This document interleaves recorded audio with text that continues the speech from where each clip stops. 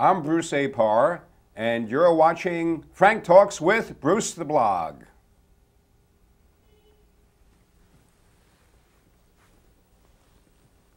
Yes, he put up a new thing now.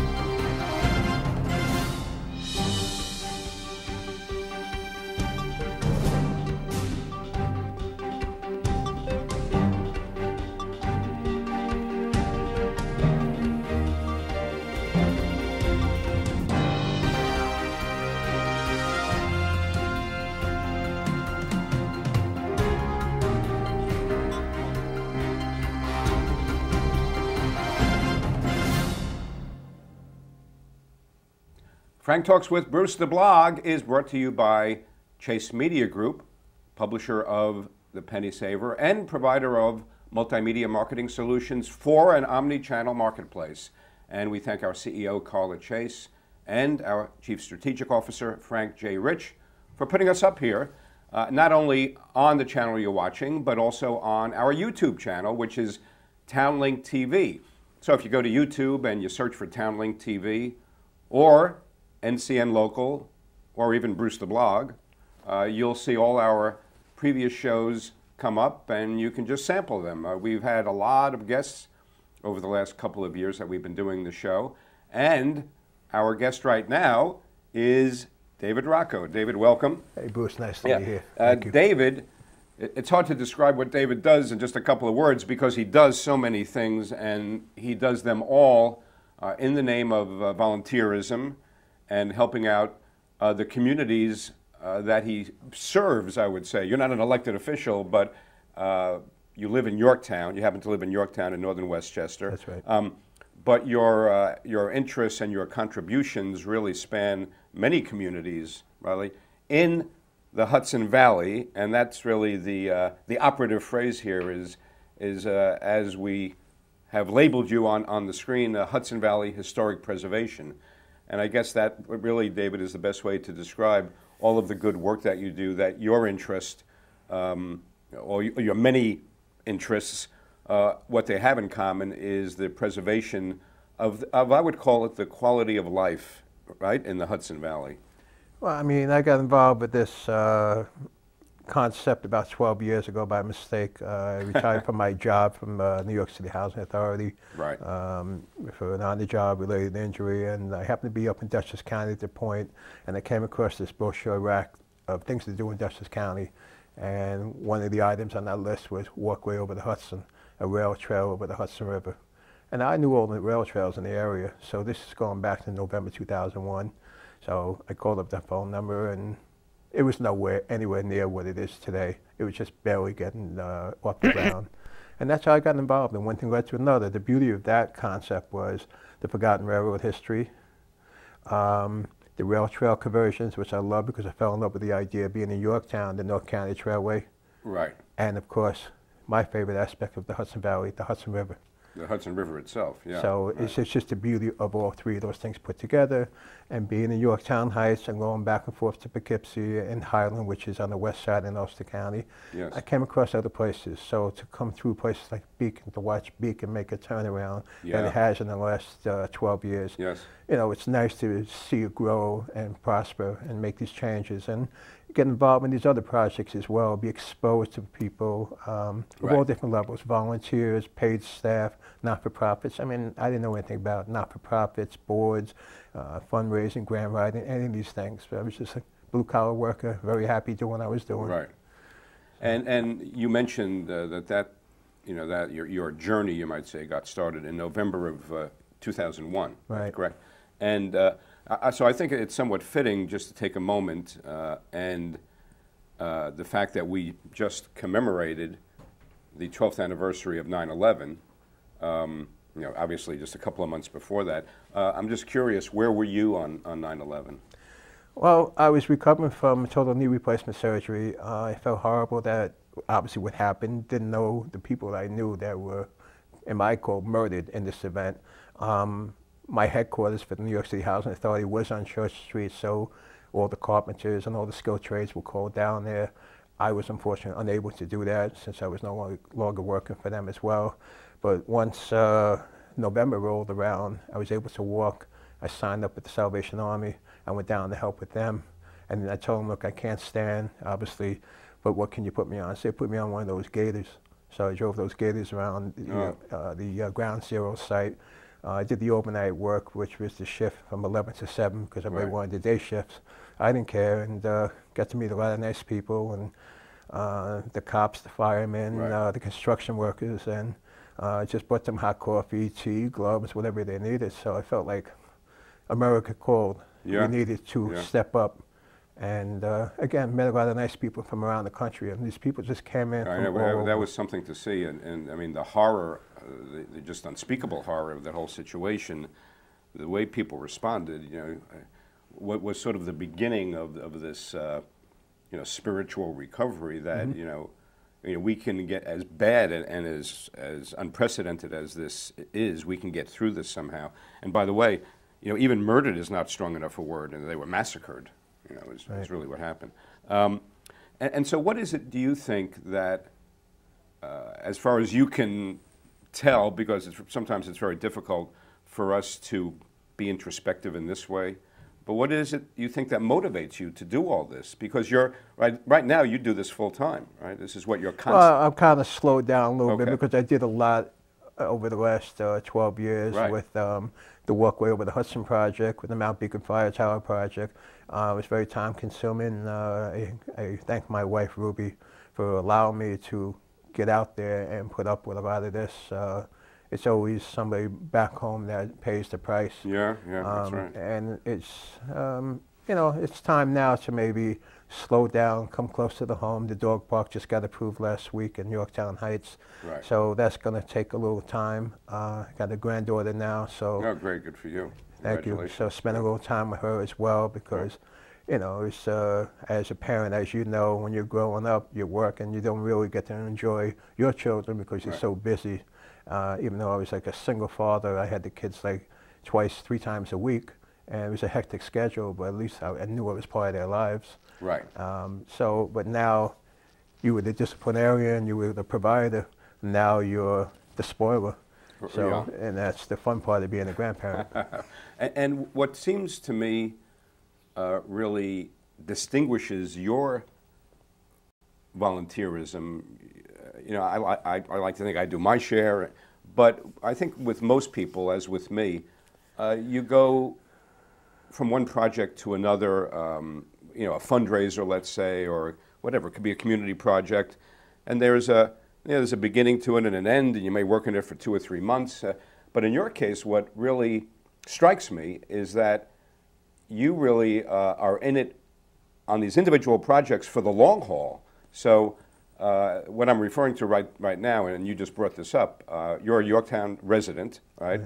And Yorktown recently, thanks to you and people on your committee and you know, a lot of dedicated citizens and pet owners, approved a dog park, which doesn't sound very, it doesn't sound unique at all. I mean, there are more dog parks across the country being developed. But in this case, it took, what, 10 years? And you were part of that process for the whole 10 years? No, I was probably, it was actually 9 years. I was probably around 7 and change.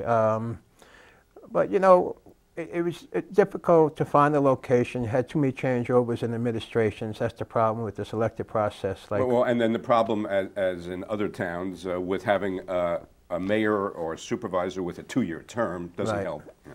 No, I mean, it's the same thing, like on the state level and the federal levels. I mean, you got U.S. senators have 6-year terms, and you have the congressmen have just 2-year terms. So the poor guy gets in office, and less than a year later, he's got to start campaigning for the next go-round. So the same thing, and at least the town boards have 4-year terms. The supervisor has 2-year terms.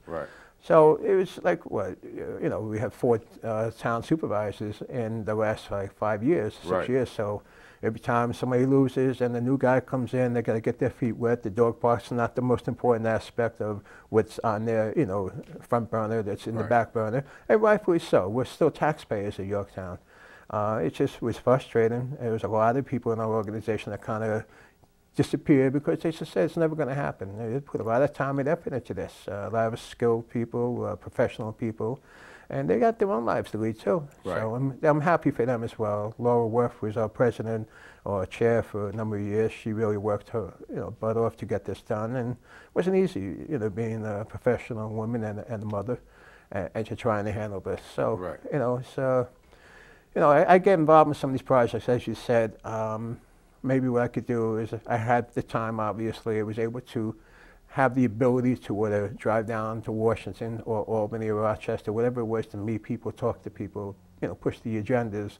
And the beauty of U.S. Congressman Hinchy's chief of staff said to me a couple of years ago, the beauty of what you did when you went down to Congress was that you weren't paid. You were a citizen. You're not a paid lobbyist, right? Right. Yeah, So that's for sure. I mean, it was an amazing experience to walk through these hallways in Congress and to see all these people you see on TV every night, and here they are right there walking by you. And it was like, people say, "How'd you get in there?" I said, "Went through the front door." Now that must have been, really an interesting experience. I mean, did you talk to any of them, or I mean, how were they? Just so you're sort of a passerby, so to speak, right, in the halls of power. What was your impression of the culture or the atmosphere there? I mean, I think a lot of people wonder about that. You could watch a TV show like West Wing, Right. which was very popular and well done. How close to reality that is another matter. So what was your reaction? First of all, I mean, to walk in front of the Capitol, to walk in front of the Supreme Court, to see the White House, to see the Washington Monument, and then to walk into both houses of the Congress and the Senate. We had the Holborn and the Coburn House, and I don't know what the other ones across the street, because they're both sides of the Capitol. Well, Sam Rayburn, isn't it? Yeah, Rayburn. Sam Rayburn, yeah. Right. He used to be the Speaker of the House. It was amazing. It's just like being an adult now, and just, I was there when I was in the 6th grade, so, we were going to Washington. But now being an adult and seeing how this all works, and then saying, my God, these people come from Samoa and Hawaii and Maine and Florida, and like they come as part of, the original 13 colonies. And that's the other thing about earlier why you asked me I got into this. I love history. Yes, and, right. And I love forgotten history. And it bothers me when I see people. It doesn't bother me, it's just that people are so busy in their lives. Yes, And right. that's why I notice in this process that people don't even know who the local politicians' representatives are, whether it's in their towns, whether it's in their counties, whether it's in their states, and the federal governments. And it's sad because they're putting so much trust in these people, and because they're busy in their lives, and when things go wrong, sometimes it's too late. Right. Until the next go-round where they get thrown out. Right. But Well, I guess you take to heart the classic quote by the philosopher George Santayana that those who ignore or forget history are destined to repeat it, and obviously he meant that not in a good way. They're destined to repeat the bad things that happened in history if they don't pay attention to what came before them. Right? So I think, whether or not you go around conscious of that, I'm not saying is the case, but it seems that you really have this intuition that history is where we came from, and we have to use it to help us figure out where we're going, right? Absolutely, Yeah. absolutely. It's just like the concept of walkway, to read the books, the history books of walkway. It was a Pulitzer Prize winner, Carlton Mabie, wrote this book. Yes. Carlton received the Pulitzer Prize in 1944 for writing the life story of Samuel Morse. Now, Carlton's still alive right now. So I met Carlton maybe 5, 6 years ago, and I used to do a public access TV show. Right. And I actually had to go to his house to interview him. The only thing was, we did the whole interview, and I realized I forgot to put the camera on. So I had to redo the show. Redo it, oh wow. So Well, it was actually a nice test run. It was rehearsal, that's right. But Carlton wrote this book called Bridge in the Hudson. It's a great book about the Poughkeepsie Railroad Bridge, which is walkway over the Hudson. Right. And the last chapter in the book had to do with the walkway organization. This book came out in 2001, Right. so I kind of finished on a negative note, because the previous executive or the chair of the walkway, Bill Seppi, had the organization in a lot of different lawsuits. Bill had a great idea about the original concept of walkway, but how to go about it. You were not going to renovate and preserve a bridge that was almost 7,000 feet long, 200 feet above the Hudson River, 36 feet wide, with T-shirts, shad burgers, and hamburgers and hot dogs. You need to bring in the heavy hitters, get the state politicians. You know, it was admirable to say I didn't want to use public money. I wanted to raise private funds. But it's not going to happen because the public was going to benefit from this anyway. Right. And the investment that the state put into it, besides the Dyson Foundation, which was the turning point of that project, there's no other way around it.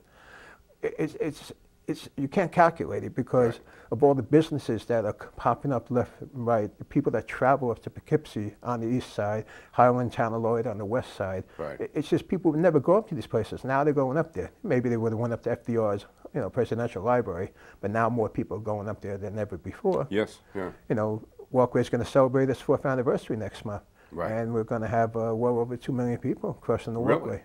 Just in the last 4 years? 4 years. Wow. I mean, this is 75 miles up, you know, from New York City. Right. New York City has the High Line, which is on the lower west side, and they have access to an 18 million, you know, population Yes. center, and that's an incredible project in itself. But, you know, it's just more people will come because they're also building the elevator. And you could come up from New York City by Amtrak to Metro North, or down from Albany, the same situation, because it is an Amtrak stop. Walk down to the waterfront and take a 21-story elevator. Right. The elevator itself would be a tourist attraction. Right. So people have to kind of, you know, look into it and visualize, and that's some things I have the ability to do, and try and sell my dream. And that's why people had stopped me sometimes in the middle of a conversation. Stop. So I tell you, I enjoy your enthusiasm, your passion, because you know, it's just. We're salesmen. You're a salesman, your business. The first people have to like you to sell your product. Right. So once they see you're sincere and you believe in your product, then the rest becomes easy. So. Well, you know, I think interesting that you make that point, because my feeling is, as people, each one of us is a salesperson, because we're selling something. We're selling ourselves. We're selling our image. We're selling our beliefs. And without realizing it, we're selling what becomes our reputation, right? I mean, that's, you know, everything you are, and the way you're perceived is your reputation. But when you just said your dream, what is your dream? Can you really articulate it? Like, you know, the old 10 words or less. Can you articulate what your dream is? My dream, you know, it's a tough question because it depends on what area you're talking about. I mean, if you want to talk about, you know, everybody says world peace and all that stuff, but yes. In the scope of my life, you know, just people to, you know, preserve the history that we have in the Hudson Valley. Right. I mean, it was, you know, it was kind of embarrassing in the last number of years getting into this project, or all these projects, when I was talking to somebody and they started to talk about the second chain of the Hudson River. So I said, time out. Let's go back to the first chain. What chains are we talking about? So there's this history that is not, you know. You say the second chain. The chaining of the Hudson Rivers. Okay. Oh, I see. Okay. Of the Revolutionary Wars. Right. So, you know, I was blown away. I didn't know anything about this. I know about the battles of Peekskill. Yes. You know, and a few other stuff along the way. But it was such a critical, important aspect of the river and the history of the Revolutionary War, because it was important that the Patriots did what they did, because England was trying to separate New England from the rest of the states, because New England was the rabble-rousers trying to break apart. Right. So, I mean, if you know the history of the Revolutionary War, it was broken up into thirds. 1/3 wanted to stay with the mother country, 1/3 wanted to break away, and 1/3 didn't give a damn. Right. So, you know, it was just trying to, you know, figure out, get them to come over to our side of the table. But, you know, the chains of the Hudson were important. And the biggest aspect, the most important aspect of all these projects that I get added, because I know we're running short on time, but I want to get the point across, is my relationship that I developed with Pete Seeger. Yes. Okay, let's talk about that. Pete Seeger, of course, a American folk hero, you might say, pop culture icon, to say the least. And so, how did you get involved with Pete? Well, I'll be honest with you. I heard of him, and I knew some of the things he did, but I was involved in the Beacon Sloop Club, and I would help out as a volunteer. Right. At that time, no, I was promoting Walkway at the outreach tables. And people were telling me to talk to Pete. At the Clearwater Festival? No, at the Beacon Sloop Club. Oh, okay. Oh, okay. Beacon Sloop Club and which you're a member Clearwater of, yeah. are kind of related, Right. because Pete started pretty much both. Oh, he started that? Yeah, both. Wow. Pretty much 4 years apart from one another. Clearwater's like 40 years old, and the Clearwater's like 36 years old. Are you saying the Beacon Sloop Club is 40? No, it's 36. And the Clearwater's about 40. It's 40, okay. All right, over 40 now, because I think their creation was 1969. Okay. So I didn't want to bother people, because I saw so many people, going after him, because to this day he's 94 years old. They're still going after him. Of course, to show up at these events. He was just here at the Paramount, right. On Sunday to raise money for public access radio, Right. AMC, whatever it was. So he was up on stage for 2 hours, which I think was Wow. crazy. Wow. It's pushing the envelope too much, but Right. he has a hard time saying no. Yeah? Because that's what he does. Right. So a week later, I'm down at the Clearwater Festival. So this is June of '07. And I'm at the table, and lo and behold, who appears in front of me was Pete. So there was that book I was telling you about, Bridge Yes. on the Hudson. Says, well, I know they wrote a book about the bridge. And he said, yeah. I said, Carlton Mabry wrote the book. And as a matter of fact, Pete, he's older than you, and he's still alive in Garden, New York. Mm-hmm. He says, where can I buy the book? He says, you don't have to buy it. On behalf of Walkway Over the Hudson, what you did for the Hudson River, this is for you. So one thing led to another, and I told them we were working on 2 grants from New York State to help with the walkway. And they asked if you want to submit letters of support, you can. Would you like to write a letter? Just found out in our conversation he was a member of Walkway, which I never knew. Right. So sure enough, gives me his address. I mail him the information. A week later, I happen to be in Cold Spring. He says, well, I have the letters. Where you want me to mail them to? I said, well, I'm in Cold Spring. So I come up to my house. So I went to his house, and we talked, and I was just like, looking at all these photographs on the wall. I'm saying, oh my God, I mean, this is amazing stuff. Yeah. So it just developed from 2007 to now, and being part of the Mount Beacon Fire Tower Restoration Project. Pete lives in that area. Pete used to walk his children up to the fire tower. So when he heard I was involved with the fire tower, he says, keep me up to date when you're going to have that grand opening. Right. So I thought the project would be easy, and I got into it like 6 years ago, because the money was already raised for the project. So always the problem is to raise the money. This project was hard because you couldn't get the people up there. Right. Me personally, I couldn't climb from Mount Beacon anymore. I had to have people drive me up there because of my knees. And so I did like they called me the project manager, to coordinate all the different things. And it took a long time to get this done. But the beauty of that project, because when they were renovating the walkway, they were getting rid of material. The walkway grates, the steel grates. I needed them for the fire tower. So I told the contractor what I was doing. So he cut them down for me, and we put them on the fire tower. So you have a piece of walkway, the Poughkeepsie Railroad Bridge, on the Mount Beacon Fire Tower project. That's nice. So Yeah. within the, we struggled with the project. Then last year we finally got a big break.